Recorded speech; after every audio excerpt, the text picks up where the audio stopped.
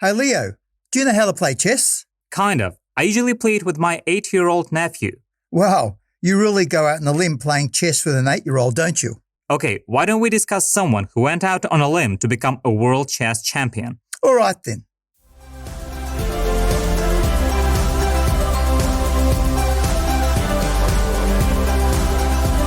Welcome to Netflix on English. Hello everyone. This is the Netflix on English podcast. I'm Gary. And I'm Leo. And together we Netflix on English, or in other words, talk about the vocabulary from the latest films and series on streaming platforms.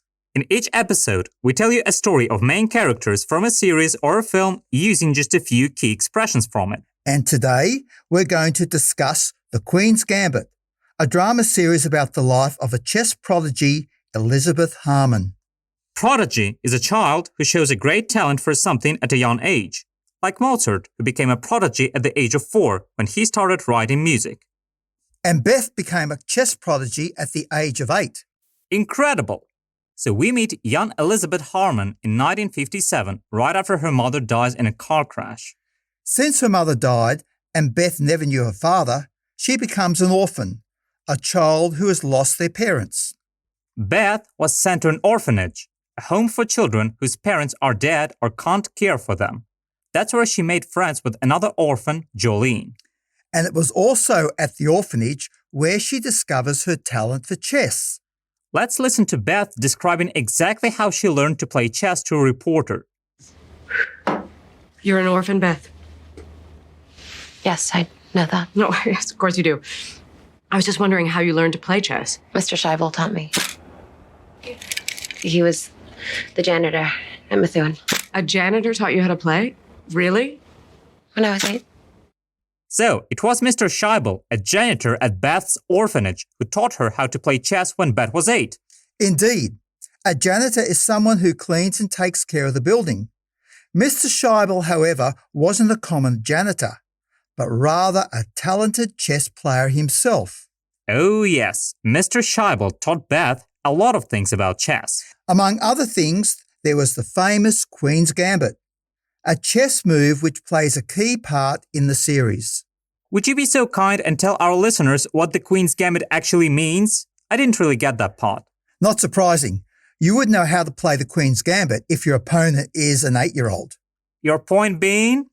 It's something only serious chess players would know. The Queen's Gambit is one of the ways to start a chess game.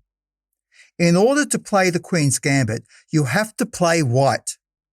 At the start of the game, you intentionally lose a pawn in front of the white queen. And why would you do that? You lose a pawn so that you can get control of the center of the board later. Seems like a pretty smart move, doesn't it? Well, it is, if you're an aggressive chess player who likes to win. Sounds like a perfect description of Beth herself. It's true. So even though Beth has a wonderful gift, it comes with a price. Let's listen to Mr. Scheibel talking about it. People like you have a hard time. Two sides of the same coin. You've got your gift, and you've got what it costs. Hard to say for you what that will be.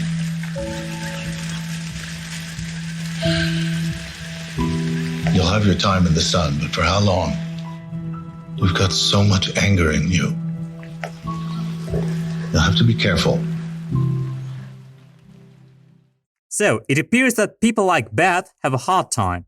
Their gift and the price that they pay for it are two sides of the same coin. Exactly. When two things are two sides of the same coin, it means that they are different, but related to one aspect or idea. Do you think that Beth's talent for chess and her anger were two sides of the same coin? I would say Beth's talent for chess and her addiction to it were two sides of the same coin. She was a really gifted chess player, but she also wanted to always win no matter what. Oh yes, Beth had a real addiction, or in other words, strong need for playing chess. However, that wasn't her only addiction. Indeed. Beth was also addicted to alcohol and tranquilizers. She thought those were the things that would help her win her matches. Including the ones with Vasily Borgov, the world chess champion from Russia? Osobino eti. Anyhow, even though Beth was incredibly good at chess, there were a few players that she couldn't wipe out even with alcohol or tranquilizers. True, like Benny Watts, the United States champion. Benny was the first chess player who wiped her out, or in other words, defeated her in Las Vegas in 1966. But since Beth was the kind of player who liked to win, she wiped out Benny in Ohio in 1967 and became the single United States champion. Despite his loss, Benny became a really good friend of Beth. But as the US champion now, she wants to wipe out Vasily Borgov, the one chess player that she fears. And probably the only Russian Hollywood character who wasn't made a villain. Will she be able to beat him? It's a big deal. Beating the Soviets at their own game. That's for you guys to find out. Shall we recap the vocabulary?